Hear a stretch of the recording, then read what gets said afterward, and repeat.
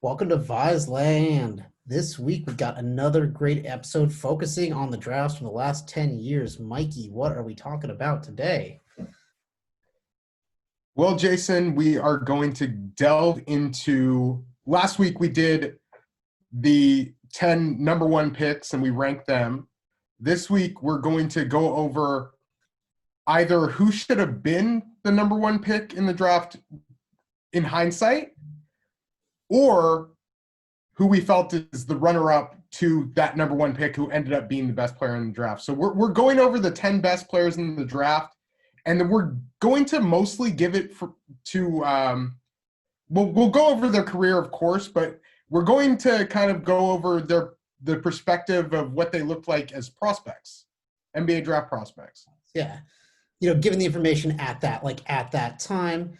And Yeah. also, this is not going to be a ranking. We're just going to go year by year. So we're going to start with 2010.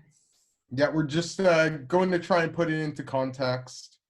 And the other thing that I just did, just as an exercise, I was talking about with a friend like number 3 picks and the success that they had in the draft, especially lately, because you'll see on our list in 2017 and 2018, we feel that a number 3 pick has been the best player in that draft so far. So I made a list of players that I felt were the best in their particular draft class. I sent it to a few friends so far, and we're going by that list for 2010 to 2019. I have it even further back. And from that list, this is over 74 years of NBA draft. I guess it would be 70 where it was technically NBA.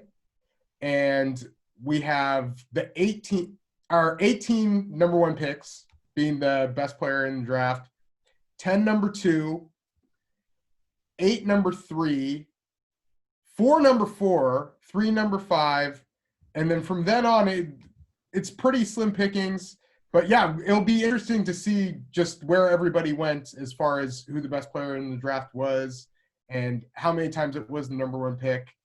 I have it as 4 in this particular case, I believe. But yeah, we'll just get to see where everybody was chosen. Starting with 2010, the player that I chose, and we had talked about last week as being probably the best player in hindsight of the 2010 draft, is Paul George. No, definitely. No, just like I'm thinking about it, and it's like, yeah, you got John Wall and Boogie, but yeah, Paul George is Gordon definitely Hayward. Yeah, Hayward, but Yeah. I think about, at the time too, it's like I didn't really know much about like Fresno, like Fresno State, and what they were doing at that time. I mean, Hayward had those great runs into the tournament. Obviously, John Wall, like Kentucky's like a pro factory with John Wall and Boogie. Yeah, for sure. And yeah, Paul George was somebody who stood out as a freshman at Fresno State, comes back for his sophomore year, doesn't necessarily put up like the same.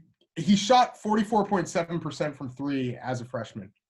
He comes back and he shoots 35.3% from 3. Had shot like hovering around 70% from the free throw line as a freshman, though, and up that to 90.9%. So there were some shooting indicators for sure with Paul George, like just taking a high volume of shots. And you could see there were passing flashes. There were a lot of flashes. But yeah, he comes back, and it's not like necessarily the most efficient sophomore season, but shows enough flashes where he's still considered a lottery pick. At the beginning of the year, I remember the site that I wrote for quite a number of years. I hadn't been writing for them yet. NBADraft.net had him, I believe, like in the top half of lottery range, and he still ends up ranking number 10. He does get put behind a few guys who end up being like almost like comically, not as good as he was, but that happens. And obviously, he wasn't necessarily considered like a top 5 guy or anything like that. You look, and like Wesley Johnson goes number 4 in this draft. Paul George, in retrospect, obviously a better pick, but that wasn't necessarily the context at the time. Oh, even Evan Turner was doing big things at Ohio State. Like he was getting some triple doubles, and he was. Oh, for sure. Oh, he's like a And you might have considered them like slightly different. Like I don't think Paul George was considered like a shooting guard as much as a wing, and he didn't necessarily like have the ball handling duty that Evan Turner had. But yeah, same relative like look as far as when you're talking position in the future. Yeah, and then like he became a franchise guy, whereas like a lot of them like Hayward, I guess, sort of in Utah, but like Evan Turner definitely never became a franchise guy. Wesley Johnson, that was like, oh yeah, nothing. Al Farouk too, solid role player, but never. And taken ahead of him in the draft. Yeah. So yeah, just a few things to highlight with Paul George. He, as I said, had that high volume shooting. Got most of his points in transition and spot up. He was very good in both of those categories according to Synergy during his sophomore season in Fresno State. And then also isolation and off the cut, he was considered good. And yeah, he definitely, I think he literally grew, but he had really impressive physical characteristics, obviously. And I remember this is back when Jay Billis, I guess, used to think that everything was like 1-to-1. So I remember him in the draft saying that Paul George had the wingspan of somebody who was 7'1", when in fact his wingspan was 7'1". And then if Jay Billis had looked at like the actual numbers of guys who were 7'1", their wingspan's like 7'5". Like, yeah, usually it's tends to be bigger than you in height. Yeah. NBA guys tend to have like, so like even Paul George having the wingspan that he does, like like having a +4, +5 wingspan as an NBA player is, you'll see that it may not be the norm, but it's close to the norm. And but yeah, he definitely great length and size, had ball handling ability, had shown instincts as a passer as well, and goes to Indiana. Doesn't necessarily like come in right away. Yeah, it takes him a couple years. So that he's like the number 1 pick, but yeah, he wins most improved player in the 2012-2013 year. Is an all-star that year as well. And then yeah, with the terrible injury he suffered during training camp with USA Basketball, he comes back from that and ends up being 3rd in MVP voting last year. He's had a really great career. He looks like the 2nd best player on a contending team right now as far as what he's doing with the Clippers. And I think many people considered him the best player on the Thunder last year because he was. Yeah. And, and he's got he's like got one of the 10-15 best players in the league. Yeah, and he's got a good chance to keep writing this right now with the way the Clippers are built and structured too. Definitely. And yeah, they're one of the favorite teams moving forward. And yeah, so that was just a little hindsight of Paul George as a prospect. I didn't really look up his RSCI, but I'm pretty sure he wasn't ranked. And yeah, like I think was a guy that people just kind of missed on. Like sometimes with players, like I think especially back then, and it still happens. And obviously, like you have John Morant going to Murray State. Sometimes you just kind of they don't get in front of the right people. Yeah. It's like one of those situations with him going to Fresno State, and they got an absolute steal. And yeah, somebody who has turned into, I feel like by a pretty fair distance, the best player in that 2010 draft. Yeah, I'd say like Wall would be the second, and then yeah, it's just interesting to see like all these guys that would have been ranked near or ahead of him, and it's just like yeah, how things change when you move forward in time, because yeah, like he's at a different level. Yep. Also did those great Gatorade commercials with former Oregon Duck Joseph Young Yeah, that on was the cool. Pacers. So those. Get in on those. Joseph Young tearing it up in the CBA, by the way, and yeah, putting up some amazing scoring numbers. Let's move on to 2011, and the player we chose here, I think, is a pretty obvious choice as well, and is the player we feel is the best player on those Clippers teams that may contend for a championship. Won the NBA championship last year with Toronto. Had some incredible moments during that finals run. Kawhi Leonard. And Kawhi Leonard is another guy who, in this case, has a good freshman year, comes back for his sophomore year. They're both also like from the SoCal area, like close to LA. And Kawhi Leonard doesn't necessarily like tear it up as a sophomore, like plays well and was considered like a fringe lottery guy, ends up going 15th in the draft. Paul George had went 10th the year before, as we said. And then in terms of where he was on the NBA Draft.net board, I'm giving that as an idea of where these guys were ranked at the time or kind of considered around the draft. He was 13th. So Kawhi Leonard doesn't necessarily like shoot out of this world, but there were a few things that stood out just looking at his synergy numbers. He at least took a number of shots. He was below average in terms of spot up shooting. He was average as an ISO player, average as an offensive rebounder, average in transition, average on the cut. But he had a high volume of shots from the mid-range, and he shot really well there. And shots off of the dribble, it seemed like he really excelled. So those were two things that definitely looked good for him, just in terms of his shooting projection.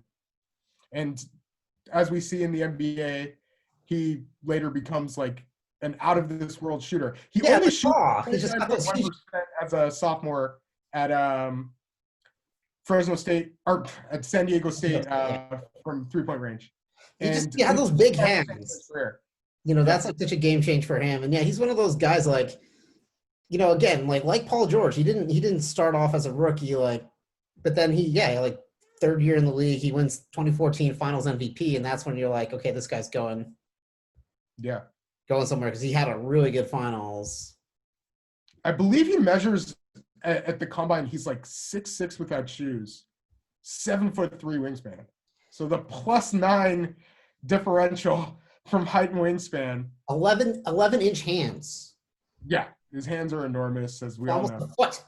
And usually, you know, you would think with a lot of people say that bigger hands make it tougher to shoot. With Kawhi Leonard, that's obviously not the case. He had shot like a pretty fair percentage from the free throw line. Both years he was at Fresno State. San Diego State. You keep confusing the states. Each other. I know, man. Yeah. But yeah, so he was a guy, and I remember Chad Ford being like incredibly high on him when he goes to Joe Abunassar's camp and sees Kawhi Leonard there, and I think he kind of lowered on him through the process, but was saying he looked like a top 5 pick. The as far as like the intel and stuff like that, with him as a worker, it seemed to be really, really positive. Lands in a perfect situation with San Antonio. As we said, like we feel he kind of rejuvenated them as a contender. It seemed like they were almost on the way out, and they add this piece who fits in perfectly and becomes the best player during that final series in 2014 when they win Tim Duncan's last NBA championship.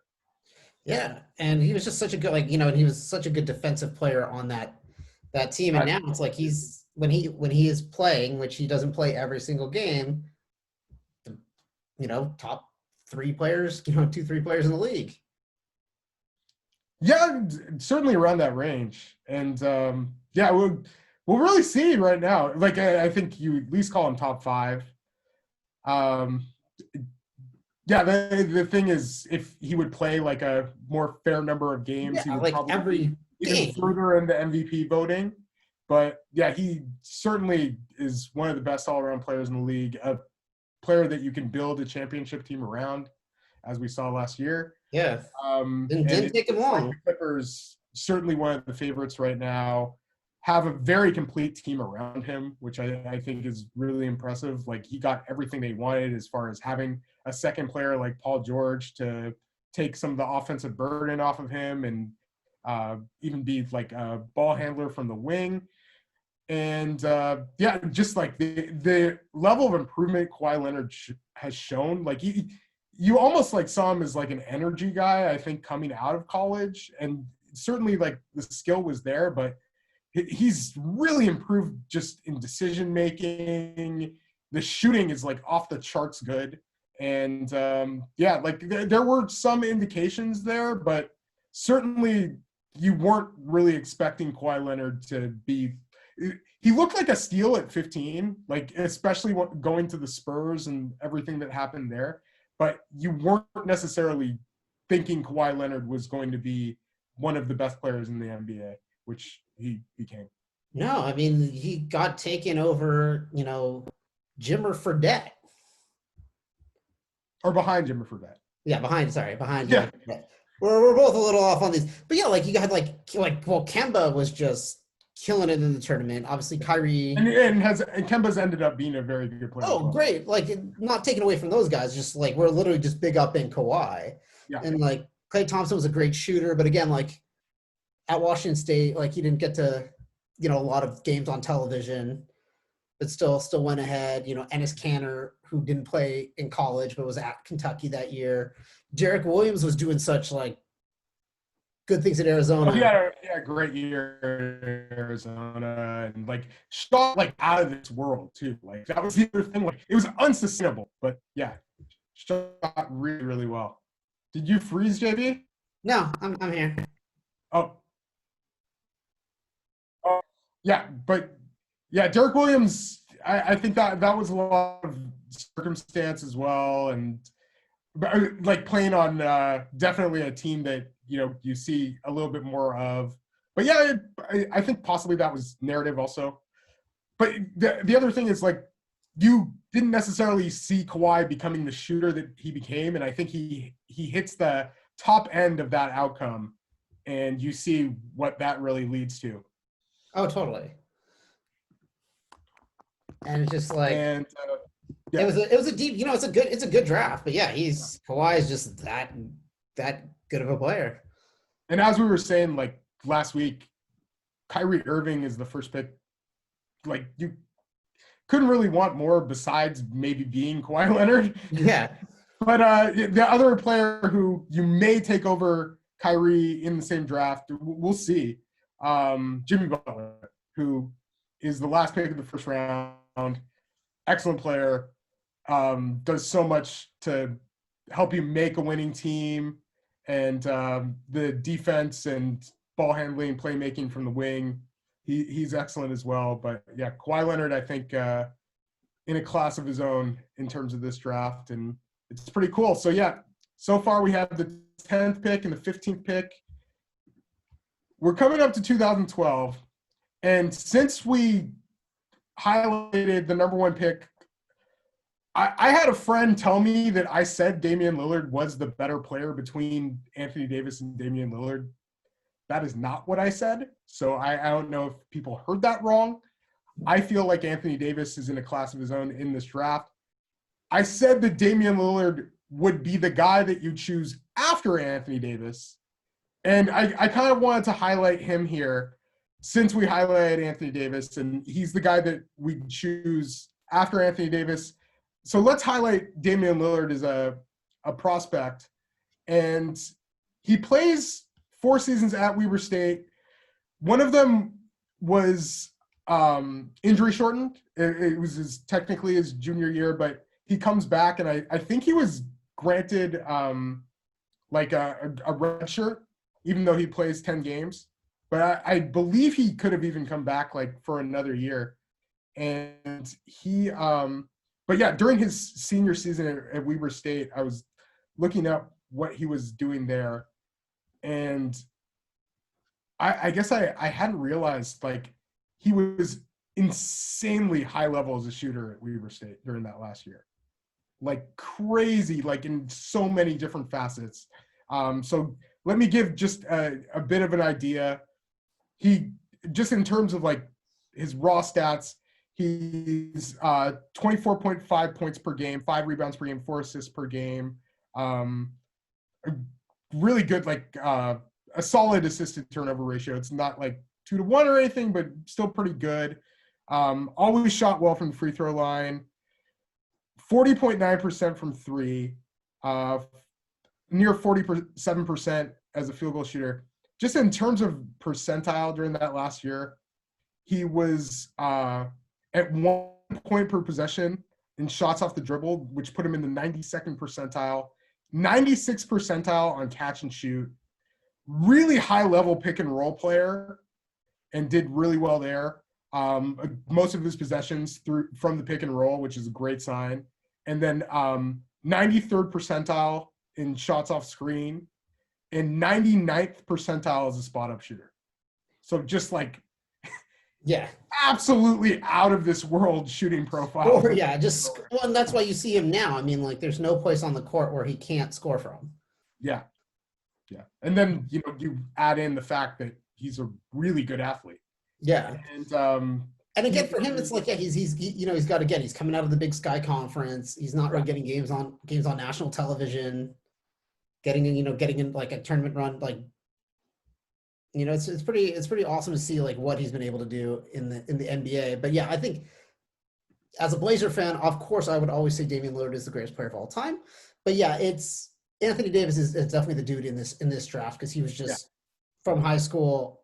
Like, I mean, he carried that Kentucky team to a championship as a freshman, even though they did have other NBA guys, like, they wouldn't have done it without him. Yeah. But yeah, it's like Anthony Davis, Dame, and then you got like Bradley Beal, maybe Draymond would be the next guy in that draft.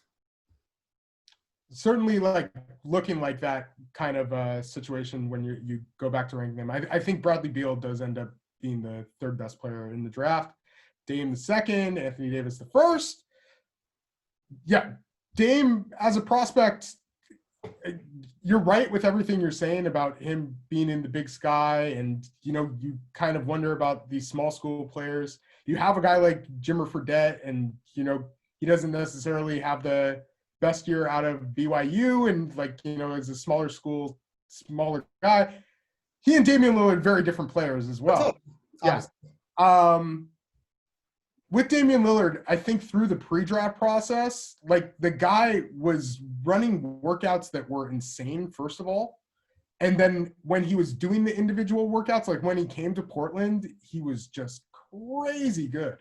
And I think he just looked like that for so many teams. And it was a gutsy pick, taking Dame at 6.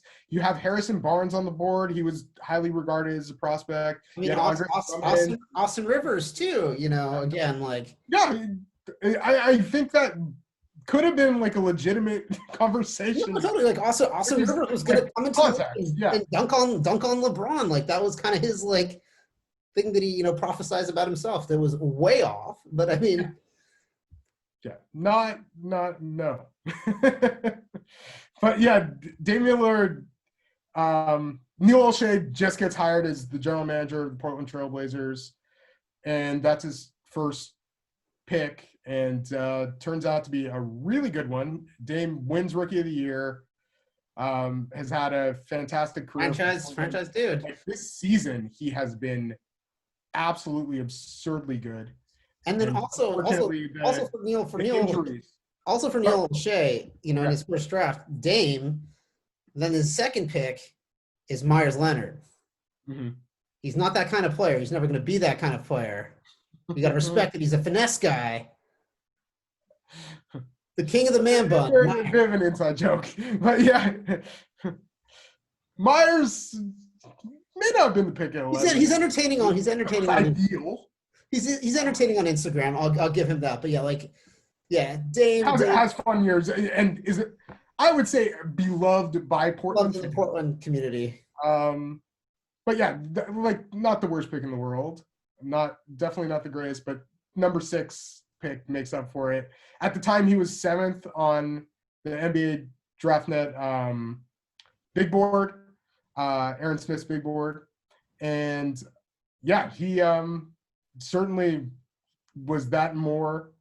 And if you have a chance to watch Dame as a Weber State prospect, like, yeah, just crazy good. The next year, Portland drafts a guy at number 10 who went to Lehigh, and he actually beat Austin Rivers in the NCAA tournament that year. Yeah. It's a good back to back backcourt, yeah. From small schools. But yeah, look up some Dame highlights, like play some Dame Dalla in the background. Yeah. And go put it on. And now we're gonna move on to a very exciting draft, probably one of the I guess interesting. I don't even know how to describe it. I can't even. I brought a thesaurus out here. The 2013 NBA draft. We got, of course, Anthony Bennett historically going number 1. But then, we dip through the draft. You got Anthony Bennett, Victor Oladipo. It keeps going. Ben McLemore had a lot of buzz at Kansas. Otto Porter. Yeah, and I mean Nerlens Noel too. I mean he was hurt, but I mean he had all that. Trey Burke was like hitting shots from everywhere at that time, and then Shabazz Muhammad. He was actually the player of the year in college. Yeah, and Shabazz Muhammad, had that hype coming into college. Didn't really have like the best year at UCLA, but then the Milwaukee Bucks. Shabazz Muhammad taken 1 pick ahead of Giannis Antetokounmpo.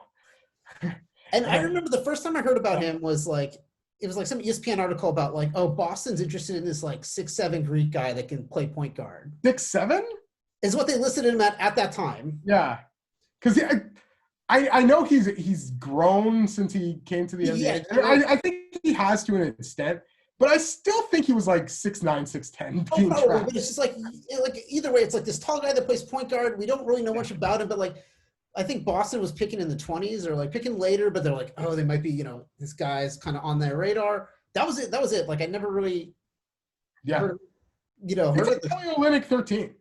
So yeah, they were definitely, I know they were in range to at least draft Giannis.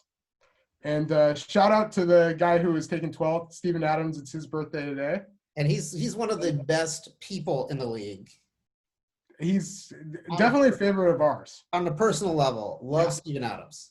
I love the way he tells it like it is. I love his first career 3-pointer. That's one of the coolest. Yeah, look that up. That's a great moment in NBA history. Yeah, monster player. But yeah, let's talk about Giannis.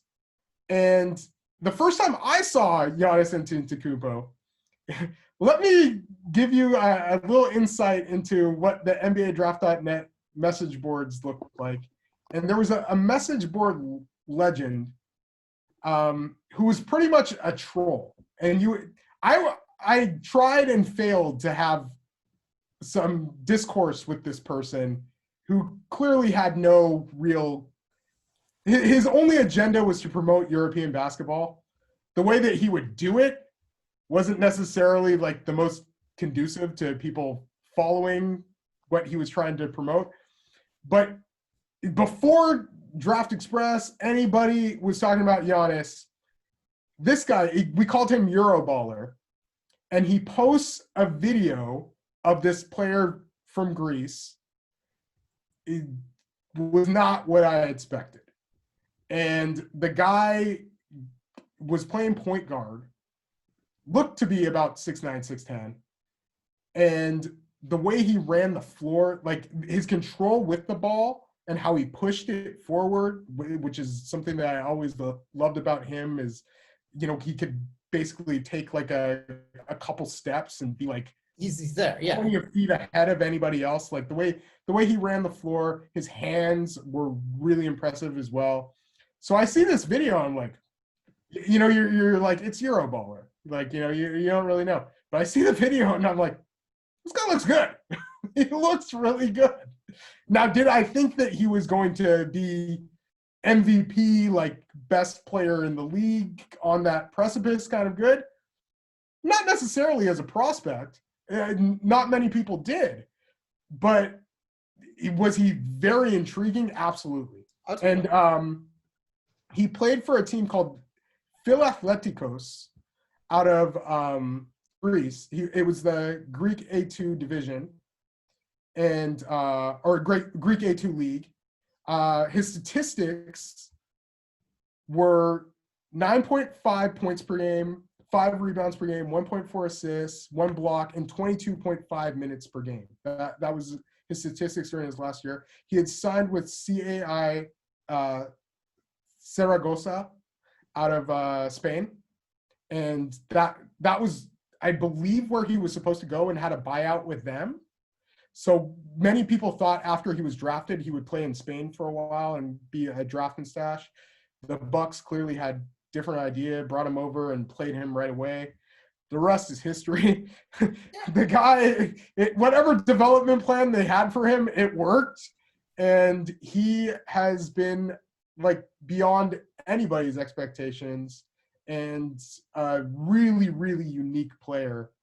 And looks to be possibly one of the best players in the league for years to come. And that's what we're all hoping. Oh, totally. He already has an MVP to his name, and should have another one this year. Yeah, he's 20. He's 25 right now. Yeah.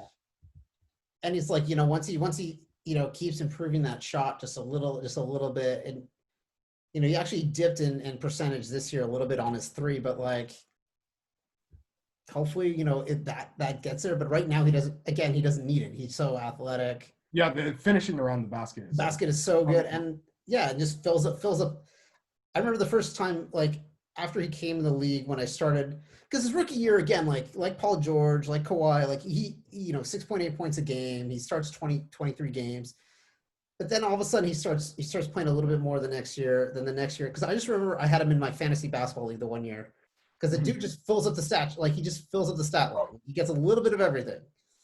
Did you have him when he became Point Giannis? Yeah, I think so. Oh, nice. I need to do that. Yeah. Nice. That was insane. Because he starts off the year like pretty well, and then they finally like put the ball in his hands, and it just went like way up from there. Yeah, because like you look at this year, or 2018-19, it's like 27.7 points a game, 5.9 assists, 12.5 rebounds. Like, look at the minutes played. Yeah. That's the really impressive. Yeah, 32 minutes. Like, that's insane. He's sitting out a quarter and some change. Yeah. Is he playing 32? I thought he was playing even fewer. This was last 2018-19. I'm looking at. Oh, got you. Yeah, this year I think he's playing even fewer minutes per game. They have the best record in the league, and he's up his averages. Like, it's nuts. Yeah. The guy's like per minute, like ability it's like a different level. Well, you can talk. It's funny too, because you can talk about this draft and you can make fun of Anthony Bennett, but it's like the draft gave us Giannis, so that's like it's good enough to like. Yeah. We get this bust of a first pick and then the 15th pick. Well, because it was a draft where no one was defined as the first pick. Like Victor Oladipo, was having a good year, but there's no one that you're like, this guy is the first pick. Usually it's like 1 or 2 people. You're like, okay, let's flip the coin. Let's take this guy. This one was pretty open, but yeah, you look at that. It's just a bunch of people scramble, and then 15th pick comes up and it's Giannis. Yeah. And as we talked about last week, it seemed like it was either going to be Nerlens Noel or Alex Len. They go, Len goes 5, Noel goes 6. And yeah, just the few picks before Giannis, a couple of them turn into really good like role players. And Steven Adams, obviously like a starting 5, Kelly Olynyk, a good role player. But yeah, Boston had their chance. That's all I'm saying there. And Minnesota had their chance. They take Shabazz Muhammad, who I had kind of expected him to be a bit of a steal. Giannis was also ranked 15th on the NBA Draft.net board. One player I wanted to mention as well, who's probably and ended up being the second best player in the 2013 draft, is Rudy Gobert. Yeah. And I wasn't necessarily super high on Rudy Gobert as a prospect. I probably should have watched more of his play in France, but I watched the combine and I just saw the way that he moved, and I don't think he impressed too many people at the combine. Didn't like, he measured absurdly well and has the 7'8" wingspan or whatever it measured at, 7'8", 7'9". But yeah, he was known as that big time rim protector. Now he's a guy that you, as soon as you have him, your defense is going to be one of the better. Yeah, he anchors. The one thing I will say, just looking at his synergy, is he was really good on cuts, post up, and is a pick and roll man. And that's just offensively. So he played for Cholet in France. And yeah, so you have Giannis as number one, Rudy as likely the second guy if you were to do a redraft today. And it's funny because he had a few years where he was like the lowest rated player in NBA 2K. Yeah. Like he was like the lowest rated player. Knows what they know. Yeah, and it's like, okay, now he should be the lowest rated player just for what he coronavirus, but like, yeah, that could sidebar on that as a personal, but yeah, like great big guy. You can't knock Rudy Gobert. Yeah. So moving on to 2014. One last thing about 2013, also with Giannis, his percentages as a shooter, like 31.3% from three, shot really well from two, and then 72% free throw shooter. So there was like possible shooting upside. Hasn't necessarily come to fruition yet, but the fact is he's not like completely afraid to take shots. It's something that I think can still improve. So yeah, we'll see. But moving on in 2014. This could be a contested pick. So I think both of the guys that you're looking at here are centers. The guy that I feel has had the slightly better career to this point, and the guy that I have here as the best pick or best player in this draft up to this point, could certainly change. I have Nikola Jokic. And I was actually surprised that I ranked Nikola Jokic over Joel Embiid. Jokic goes 41 and Embiid goes 3. Embiid sits out his first 2 seasons. Nikola Jokic doesn't come over that first season. It's kind of draft and stash-ish for that 1 year. Has a really good year at Mega Baymax. And his stats there, like, I think he was already playing really well there even the year before and had gone to the Hoop Summit. I thought had some really great flashes in practice, but his body was a concern. But he, as far as like the physicals, like, 7'3.5" wingspan, I believe. Just, yeah, like not necessarily like, yeah. So the plus wingspan, a good standing reach, but just from like a skill perspective, you could see how effective he was as a shooter. There was a practice where I remember him like dominating, like unlike anything I'd seen in like a scrimmage session over like one scrimmage session where I think in this segment he had like 15 points. He was passing exceptionally well, shooting from the outside. There was definitely skill there. And the USA team actually doesn't end up having anybody that is like exceptionally good. I think you could even argue like maybe like Miles Turner, and you have like Justice Winslow. I may be forgetting somebody else, but yeah, like Miles Turner being the best player on that team. The world team has Kat, Jokic, Clint Capella. And so, yeah, so far, also with Jokic during his last year with Mega Baymax, 16.5 points per game, 9.7 rebounds, 3.2 assists, but also with like a really good assist to turnover ratio, which as we see, he's now like a passing center, unlike anything we've ever seen. What Sabonis should have been in his prime. He does it all as a big guy. Yeah, I don't even know if Sabonis could like run like he did. Yeah. He did. Yeah, exactly. Sabonis certainly, like, from an offensive talent perspective and like the types of passes Sabonis could make, for sure. But I think Jokic, like I know against like last year against the Blazers in the playoffs too, it's like he was unstoppable on the court. Like we had to get him off. Like you had to get him off the floor. Yeah. In order to beat them. Like he was just, people like knocking for, oh, he's not in shape. It's like he does what he needs to do to win games. Yeah. Just from an analytics perspective, he's crazy. He's amazing. I believe he's going to be the first team All NBA center, unless they count Anthony Davis as a center, but he didn't really play center as often as he should to be counted as a center. So I'm thinking it's probably favoring Nikola Jokic. That Denver, as we see the last 2 years, has become one of the best teams in the league. Yeah, he was very intriguing, but yeah, the body. I was talking with a Nugget scout, and the thing that he told me, like, of course, this was already when Jokic had played a few years in the league and like was looking like a future all-star franchise cornerstone. And he said that he had to learn the term moves with Nikola Jokic. And like, that was what the body was. And yeah, it's just, he's been everything and more. Looked really good when he was playing for Serbia, also in international competition.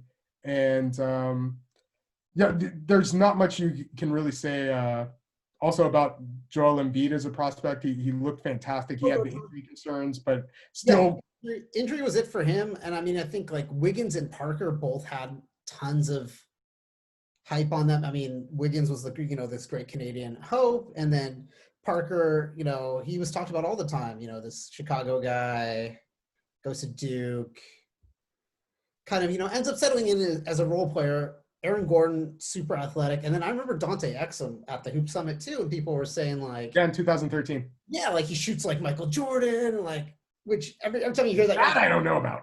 I remember like hearing that at the time, and you're like, and people, and again, he's had his injury things too, but I meant he had that potential as, again, like a slightly bigger point guard. Yeah, it's just I think his quickness was kind of more what really stood out than his shooting. I always thought that was kind of, like a little hit or miss. But yeah, he certainly, like, he had some athletic ability. There was excitement around him because he was a tall guy who you thought could be also handle the primary initiator. And yeah, I think injuries and a few other factors have played into that. He wasn't necessarily the most explosive guy, but he was really, really quick for his size. And it certainly looked like he had some instincts as well as a passer and playmaker, ability to get to the hoop. But yeah, he of course didn't end up being like the two guys who seem to stand over everybody in this draft are Jokic and Embiid. Embiid, crazy flashes as a freshman, like super out of this world efficient. Shows like so much, just improved so much from when he played in the Hoop Summit to in 2013 over that season at Kansas. Especially in Kansas, he was getting better every natural. He was a natural, hadn't played basketball very long, had this amazing body, athleticism, the shooting at least looked very good when he didn't take tons of shots, but it looked good. And then when you saw him practicing, it was like, wow, he seemed to kind of like mimic like past players and just his body control and like ability to think the game, very impressive. I still think this is up in the air. Like, it's something to be going back and forth with these two guys. You'd like to see Embiid be a bit more durable, but yeah, I'd say health is going to be the factor for Embiid because he's had more injury concerns. But I'll say this: like the lesson of Jokic too is like, don't disregard second round picks, and also if your team takes like a European guy in the second round or foreign player you haven't heard of, like don't think like, oh, they're stupid, because like sometimes not at all. Not at all. In this case, I remember them taking him at 41 and being like, this guy could be a player. Yeah. Because of what I had seen at Hoop Summit. I wasn't necessarily expecting him to become their franchise cornerstone, but I thought he could be a possible role guy for them later on, and he's been way more than that.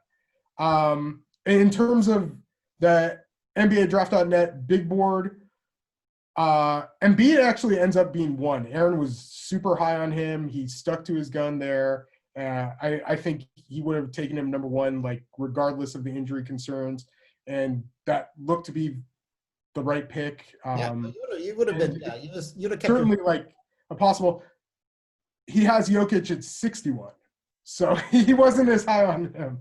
But yeah, certainly there was no way of knowing Jokic was going to end up being what he became. Oh, totally, and that's what makes it so exciting. But yeah, it's like the second round, they take some random guy you've never heard of, as a casual fan, just like sometimes it works out. Yeah, give him a little chance. I shouldn't say no way of knowing, but yeah, that's certainly the consensus wasn't that Nikola Jokic should be like this lottery pick or anything like that. You didn't have too many people saying that. Yeah, no, totally. Now 2015. We feel that Karl-Anthony Towns is the best player in that draft. The couple of guys I think vying for that second spot were both pretty highly regarded prospects as well, but I think it even surpassed that. And Kristaps Porzingis would be one, and the other would be Devin Booker, I feel. And D'Angelo Russell has made an all-star game as well. I feel like it's safe to say I would rather have those two players over the other. And Kristaps Porzingis again, staying healthy, but he's just such a unique, just given his size, skill set combination. Yeah, and Booker's a scorer. Yeah, he hit a lot of jumpers playing in the ACB. He was I think it was Real Betis, I want to say, and he certainly there was a lot of intrigue with him. I know in the pre-draft process, he has this private workout, which only I think teams and agents went to.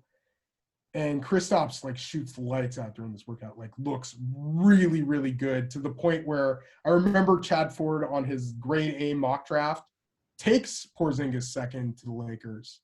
So good move there. But or could have been could have between he and Booker. But yeah, he actually shoots a higher career 3-point percentage than Devin Booker at this point, which is amazing. The guy's 7'3". But I guess volume for Booker, he's probably taking. Definitely volume and level of difficulty, but still, that's crazy. And it's not like Kristaps is a low volume 3-point shooter either. He's taking shots. Yeah, well, it's a great pairing of he and Luka. That's so much potential. For sure. And I think Kristaps really came on later in the year. But yeah, one thing to mention with Dallas also is they had the best offensive rating in NBA history this season. So that's something to write home about. And certainly bodes pretty well for Kristaps and Luka as a duo. You'd like to see Kristaps stay healthy as well. He misses a huge portion of the 2 years before this. But super intriguing as a 7'3" player out of Latvia. Yeah, I remember in European youth competition as well, really stands out, and people were very high on him. Devin Booker plays his freshman year at Kentucky with Karl-Anthony Towns. Shoots really, really well from three. His shooting projection was very impressive, and through his first few years in the NBA, he's looking really good. He looks good. He's the fourth Kentucky player taken in this draft. So he only plays 21.5 minutes per game. That was back when they had what were they calling the reinforcements, or where the platoons. It was the platoon system, and they were so deep that they had these platoons, and guys were semi-interchangeable. Certainly, some were better than others, but Devin Booker only plays 21.5 minutes per game. On any other team, he would have played a lot more. He was really young as a freshman as well. He was born, I think, at the end of October. And he shoots 41% from three, nearly 83% from the line. And, he was a very intriguing guy. He ends up going 13th in the draft, and yeah, he should have gone higher.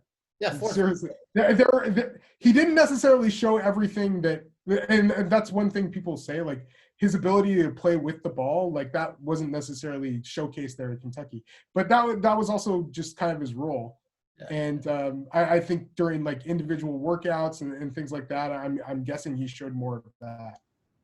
Yeah, just his shooting stroke. But yeah, like I mean, you look at it, it's like there's 4 other Kentucky guys. Like he's the 4th of the Kentucky guys to go.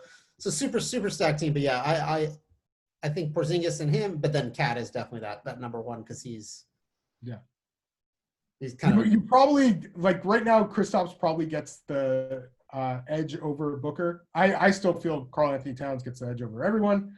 But yeah, Porzingis over Booker just because of the winning factor, and you'd still would like to see Devin Booker lead a team to a few more victories, but he's shown that he can be high level, at least ball handler, and then the shooting, and he's a crazy offensive player. Obviously he had 70 points in an NBA game, which is just unheard of, but just high volume scorer and really dangerous shooter. You would love to see him, how the Suns end up stacking up around him. But yeah, he and Kristaps certainly good players right after Karl Anthony Towns. Still feel like Karl Anthony Towns is the best player in that draft. And we talked about that last week, where we ranked him 3rd in our top 10 number 1 picks. He was the second as a prospect too, had no questions. Like he was that number 1 guy for a while. Yeah. Oh, and Kristaps 7th on the NBA Draft.net big board. Devin Booker 12th. Okay. So yeah, both of them legitimate lottery picks, end up being even better than that. Not necessarily something that everybody had, and certainly like they developed to the point where it was a really good case scenario for their ceiling. 2016. Still feel like Ben Simmons is the best player in that draft. Yeah, even without his, is he ever going to develop that shooting ability? Does it even matter? Almost, it's like it matters. But wait at what he does, and I mean he's at this point when he's still athletic enough. But yeah, I think this draft, I mean, it's like honestly Simmons Ingram 1-2 is like kind of works. It does. One player I actually have above Ingram, and this could just be short-sighted, I'm not sure, but this is a player who's, I think, about 2.5 years older than Brandon Ingram, but he was the 2nd best player on a championship team last year, and he is the best player on a team that is like legitimately the 2nd seed in the East at this point. Looks to be a future perennial all-star. Pascal Siakam. Yeah. Oh, that was the guy I was going to go to next. Honestly, yeah. He's on the Pascal is up there on, again he's going to be the go-to guy on Toronto. Kyle Lowry's getting a little older as well. Like Van Vliet's probably going to go ahead and get paid somewhere else. It's going to be Pascal's team. One of those guys too that's like he's getting better all the time. Like he's newer to basketball. Yeah. Certainly like was also a little older for class. Spent 2 years at New Mexico State, and has some really, really solid flashes. Certainly not the shooting profile one would expect. Did a lot in post-ups, but was really good around the basket. He was like really good at jumpers off the dribble. That was one thing. It's like really also low sample size, but good at jumpers off of the dribble, good in the mid-range. So at least, some positives there in terms of his shooting projection. But yeah, the thing that goes around is there was somebody from Forbes, and I don't know this person, so I'm sorry. Probably for the best that I'm not naming this person's name. They give the Raptors an F for picking Pascal at 27 and felt like it was, definitely a reach and so on and so forth. I thought Pascal was a pretty intriguing guy.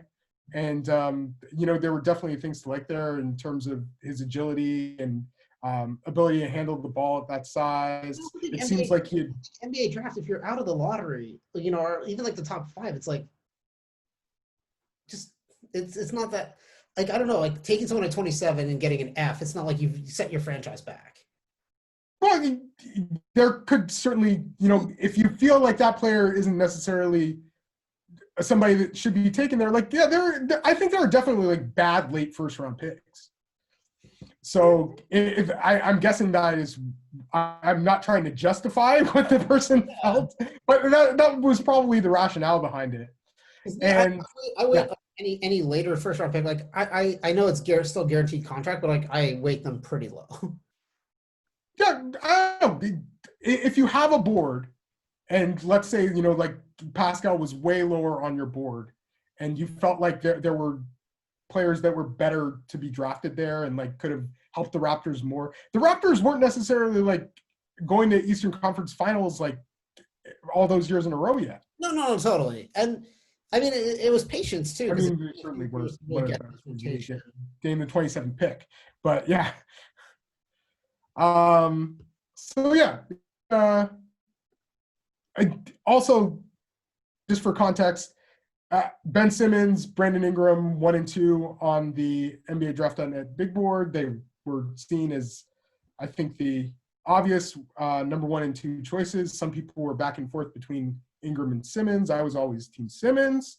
Now that Ingram has played as well as he did this past year and shown that he can be a really high volume 3-point shooter, some people feel like he may even surpass Ben Simmons. I don't feel like he has yet.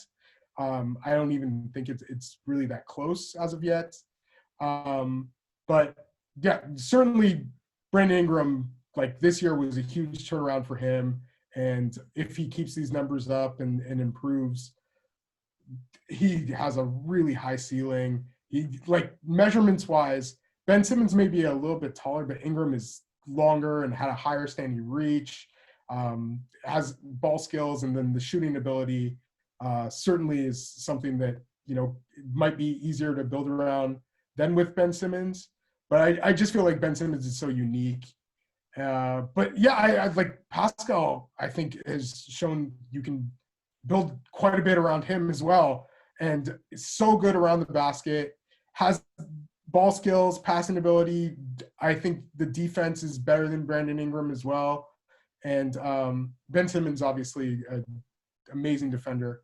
But yeah, Pascal's still really bringing a lot as a defender, and he just had an excellent year this year and has really come into his own. Was amazing at times during the NBA Finals last season, and yeah, to me, he's the number 2 guy for me out of this draft, and then I would have Ingram 3. Yeah, not gonna disagree. Yeah, and then Sabonis would be the next guy after that. Pack. Okay. I mean, yeah. He may not made an all-star team, but yeah, other than that, not the. I think Jamal Murray. We always hope has some all-star. Yeah. I think Jamal Murray is definitely around that range as well, and was a player I was very high on in that draft. And I remember Buddy Hield, chucking him up in the NCAA tournament too. Yeah. Oh yeah. Well, Buddy goes the pick before Jamal Murray. Yeah. The thing with Buddy is that we didn't necessarily even know how old Buddy was during the NCAA tournament.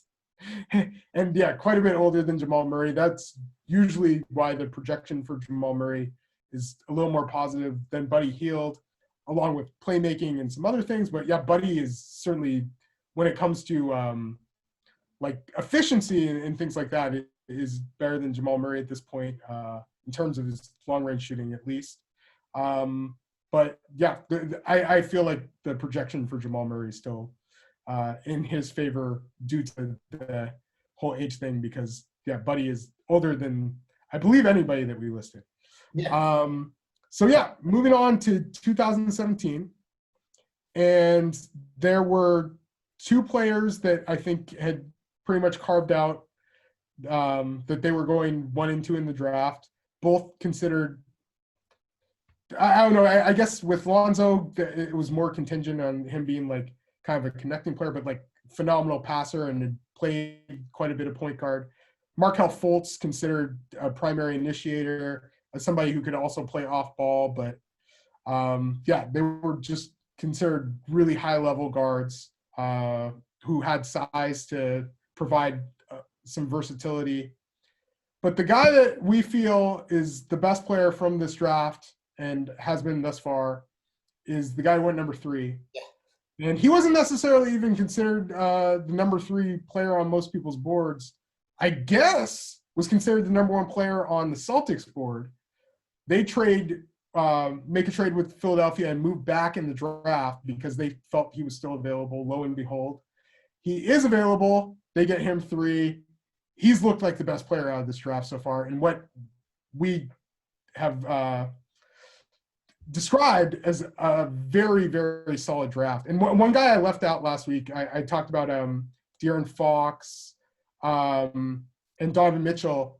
Bam Adebayo really came on this year as well. And Bam had a great year. I mean, like, yeah, Donovan Mitchell, De'Aaron Fox is great. I mean, Lonzo, I'll say this. He was this, as far as high school guys that I've seen in person, it's he and Kevin Love are like my top 2 guys that I've gotten to like see up close. Oh, look, yeah. But he was a show. Yeah, he was super exciting and like just like dropping these passes and able to dunk in traffic, which a lot of those guys can't, in high school can't do or aren't doing. But taking threes from deep range too. Yeah, will he ever not making them necessarily at the rate that you would like, but freaking confident.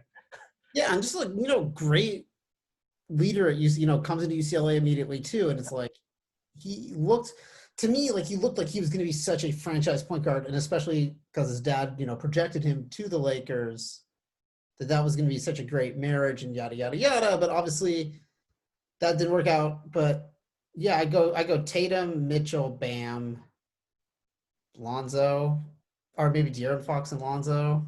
Yeah, I think Fox has certainly had the better career up to this. Yeah, well, and I mean, didn't he have the better game than the tournament? Too? 2 games. He played Lonzo twice and definitely got the better of him in both of those games. I remember one of the things that people pointed to was Lonzo not willing to take Bam off of the dribble, and that looks now like a better decision than it was because Bam's become this excellent defensive force and has been so big for Miami this year. But yeah, like Lonzo had some issues like finishing around the basket, doesn't necessarily have a pull-up game. Fox had, I think, many shooting issues as well, and like didn't shoot particularly well at Kentucky. There were concerns there, but yeah. Quick. Lonzo, like De'Aaron Fox has led a team so far, and Lonzo hasn't really led a team. He just looks like a really good complementary player. Yeah. But a guy who is leading a team this year is Jason Tatum. Yeah. And looks to be like an all-NBA forward this year. Really, really came on near the end of the season and was shooting like absurdly from three-point range in many different ways. He always he wasn't this like out of this world athlete, but he had great like physical attributes for a wing player. I remember at the Hoop Summit, I think after the Hoop Summit, he came out and I think they had ranked him like behind Harry Giles, Josh Jackson, and Markelle Fultz. I felt like at the Hoop Summit, he played as well as anybody. Harry Giles wasn't playing. Josh Jackson comes in late. Josh Jackson certainly shows like flashes of athleticism that were like beyond that of Tatum. But and the other thing that people kind of complain about with Tatum is he didn't necessarily like have the burst to get to the basket and settled for a lot of tough shots, but his ability to make those shots at a high rate. And he doesn't shoot out of this world at Duke, but shoots a really good percentage from the free throw line. There were definitely things to like about him at Duke. His ability to create in isolation, his footwork, his ball handling. You know, we had seen a lot of that when he was a prospect. I always felt like he had good defensive instincts as well. And he. I remember I did a mock draft before, right before this with a few guys, and I had the 4th pick, and I think the first 3 picks were Fultz, Lonzo, and Josh Jackson, I believe. Pick number 4, it would be Phoenix, which ended up taking Josh Jackson for. I take Jason Tatum, and I won't name this person's name, but the guy's response to me right after I do that is I give my impassioned response like about all I've seen from Jason Tatum. His response is nah. Like just straight up nah. I'm just like, care to elaborate on that? But there were definitely like people who kind of worried about Jason Tatum's fit for the NBA, felt he was maybe more of a 4. He hadn't necessarily shot really well from 3, so they weren't sure about his shooting projection. In EYBL, he barely took any 3s and didn't shoot particularly well from there. But yeah, like I think he took a high volume of jump shots, didn't necessarily make them at the greatest rate at Duke, but the work ethic and the basketball acumen, along with the physical attributes, he really put it together, and the Celtics certainly saw that, and he has paid off in a big way. Oh, totally. And great, just like good shoot. And again, makes his first All-Star team at 21. It's like he's just going to enter that period where he's going to be the man for a while.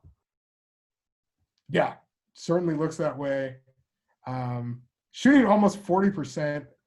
Right before things kind of went crazy, got to see him play the Blazers, and he hits 8 3-pointers.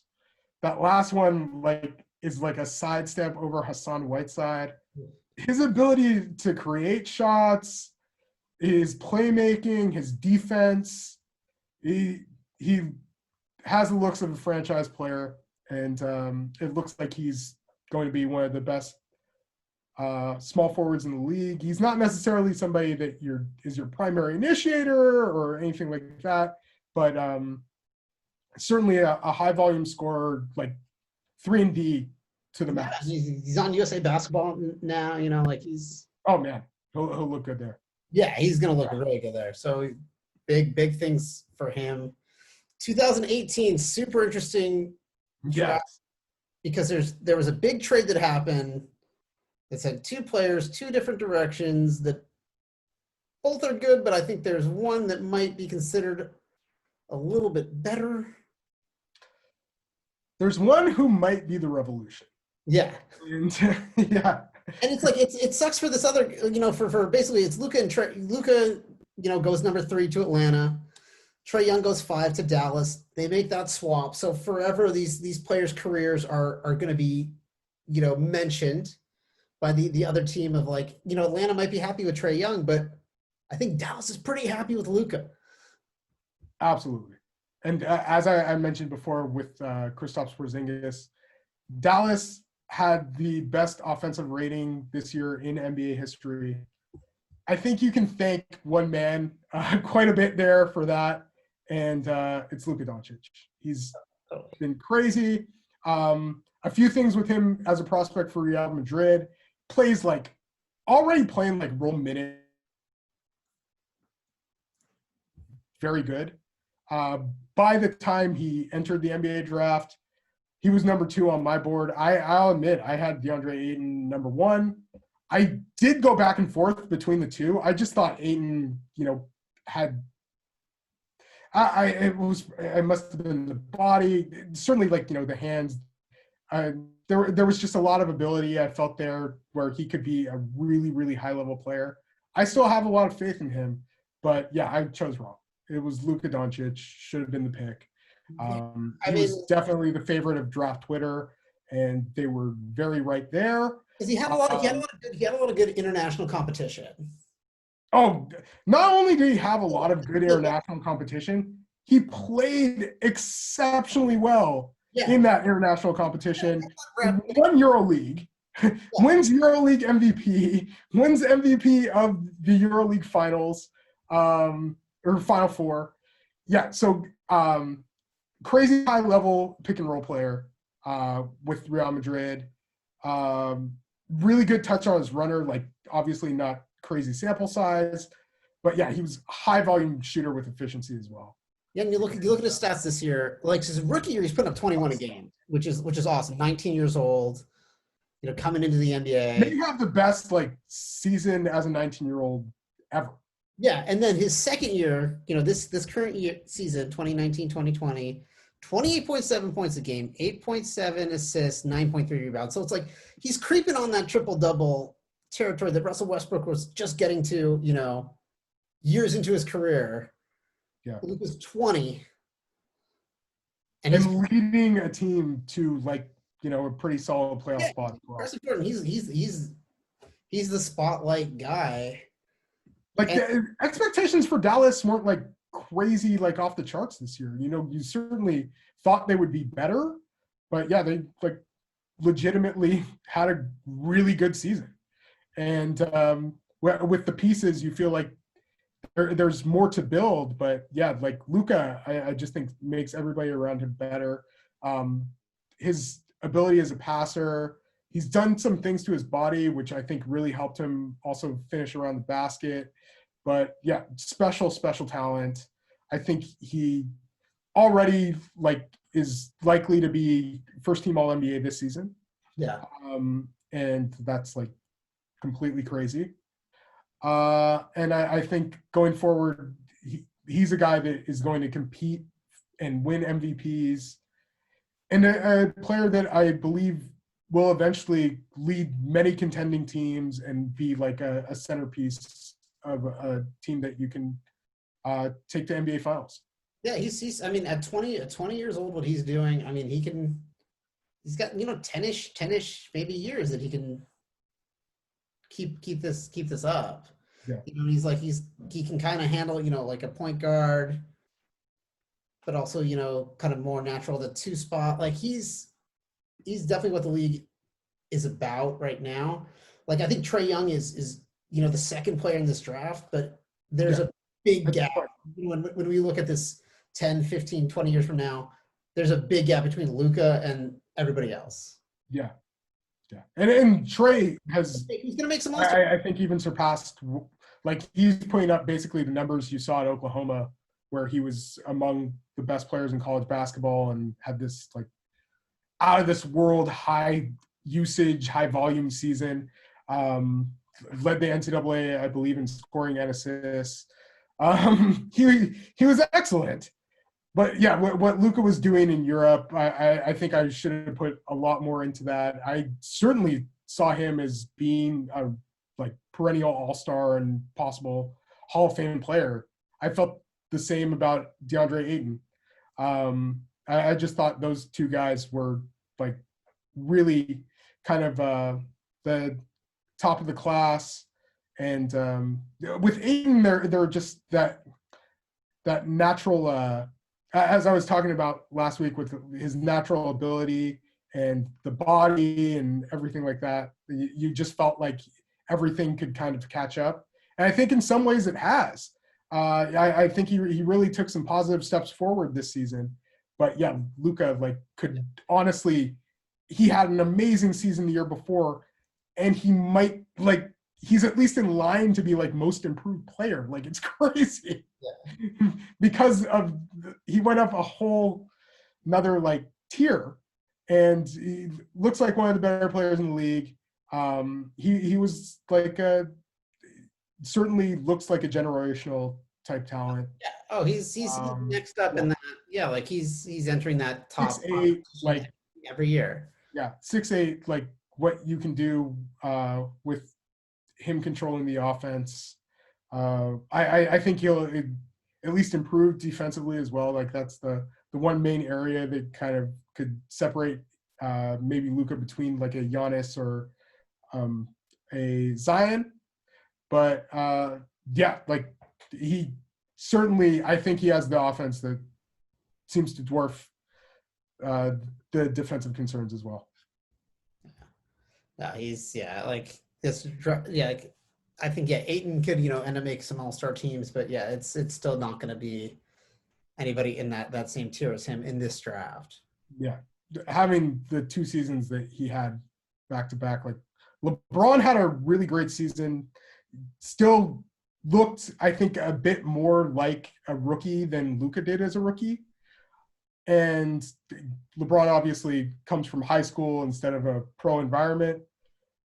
And then in their second year, like they're already in the MVP voting and firmly entrenched amongst the best players in the league. Like just a crazy jump that second season. And really looking forward to what Luka can do beyond that. Now, finally, we have 2019.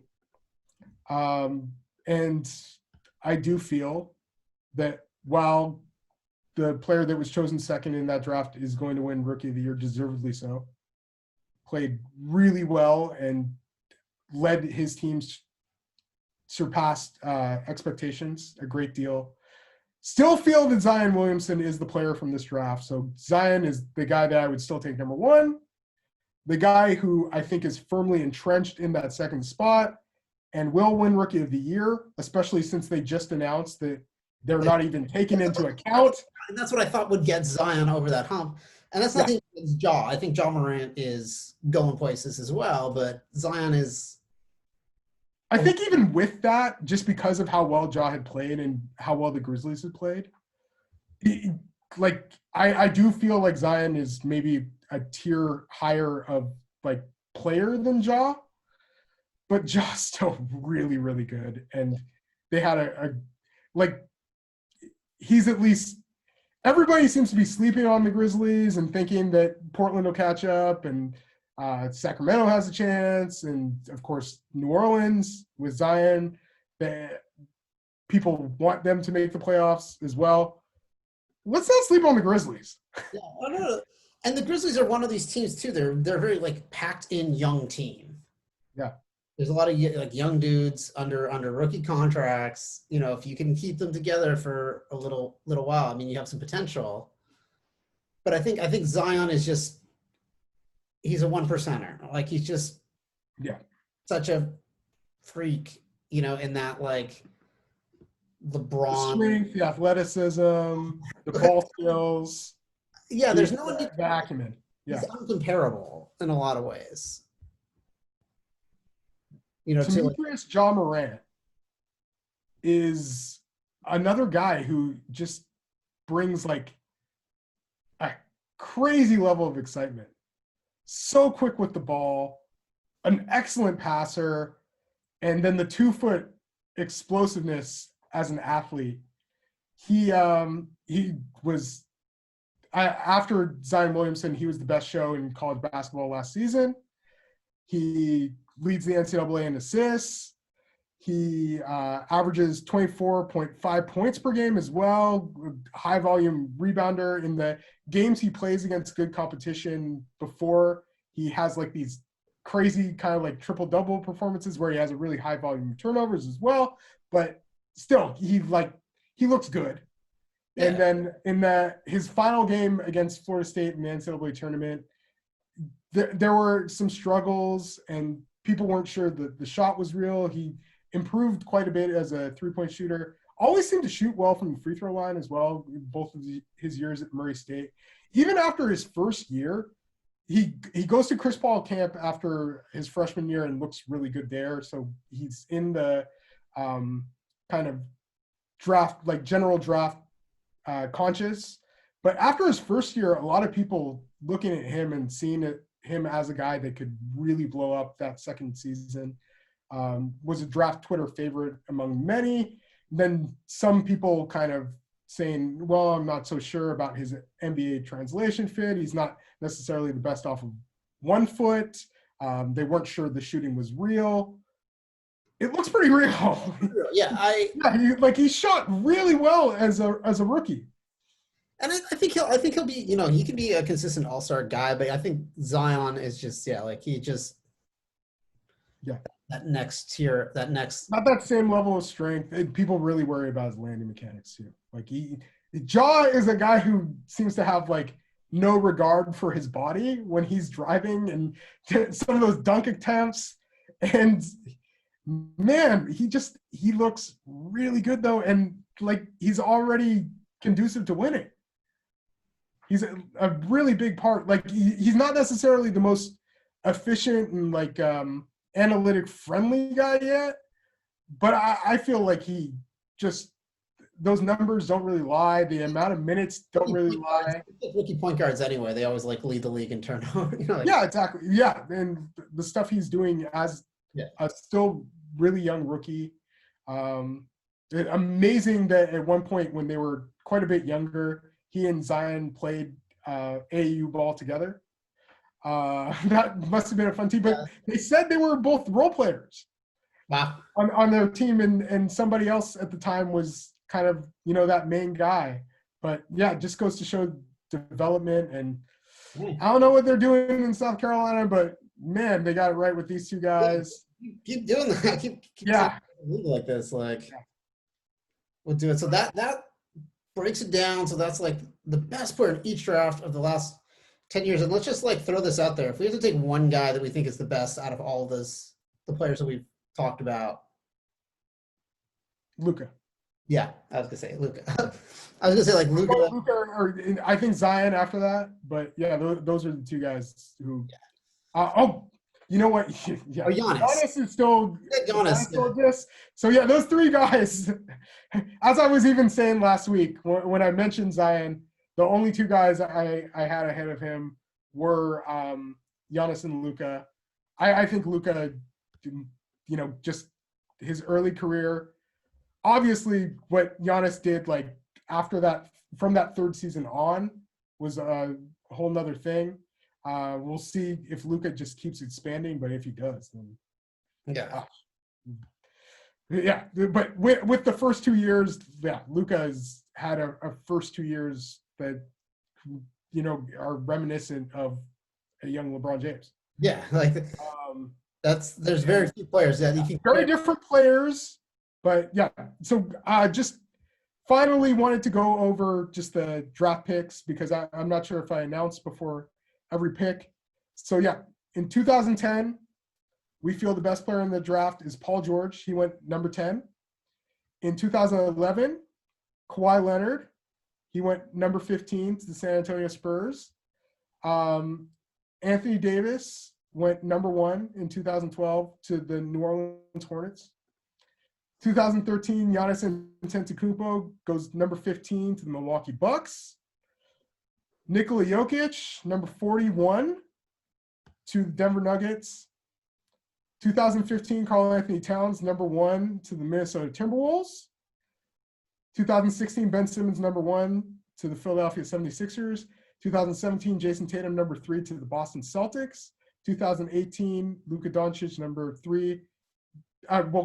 I should say with Tatum, Philadelphia 76ers to Boston Celtics, Luka Doncic, number 3 to Atlanta Hawks, to the Dallas Mavericks, and 2019, Zion Williamson, number 1. So those are the guys we feel are the best players in their respective drafts.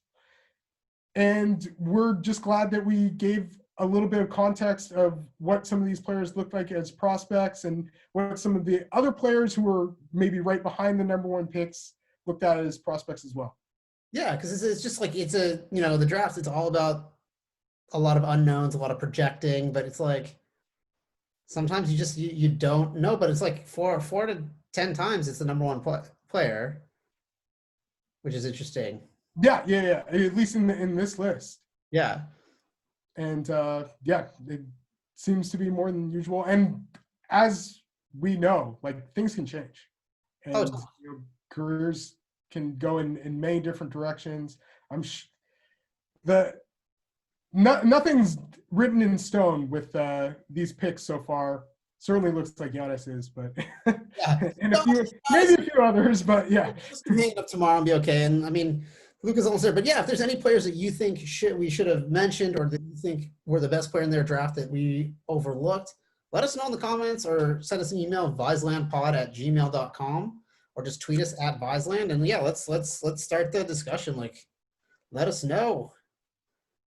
And I'm on Twitter at NBA Draft Mikey V. Jason is on Twitter at jvisenberg. And will be appearing on a few podcasts this week. We'll let you guys know about those, and definitely want to shout them out when the time is right. But yeah, just follow at Viseland on Twitter, and you will see all the latest information that I have. Also at Pro Insight. I think it's like, if you look up Pro Insight, it'll come up. But lately we've been doing some great Q&A sessions there. I have done the introductions for the last couple that were on Kijani Wright, who's a player in 2022 that has offers from all over the Pac-12 and Blue Bloods as well. And then just did a recent interview with Jeremy Sohan, who committed to Baylor. Baylor's getting a big recruiting class as well. Thank you so much for stopping by. Please rate, subscribe, tell your friends. We've really appreciated the love. Yeah, definitely. And, we want to make this a conversation as well. So if you have any questions for us, let me know. I've been doing this for a long time. I love the dialogue, and that's what Jason and I try and bring here. So yeah, hopefully you're digging Viseland. We really appreciate the love from everybody so far, and thanks so much for stopping by for another week. Yeah, we'll catch you next Wednesday. Thanks so much.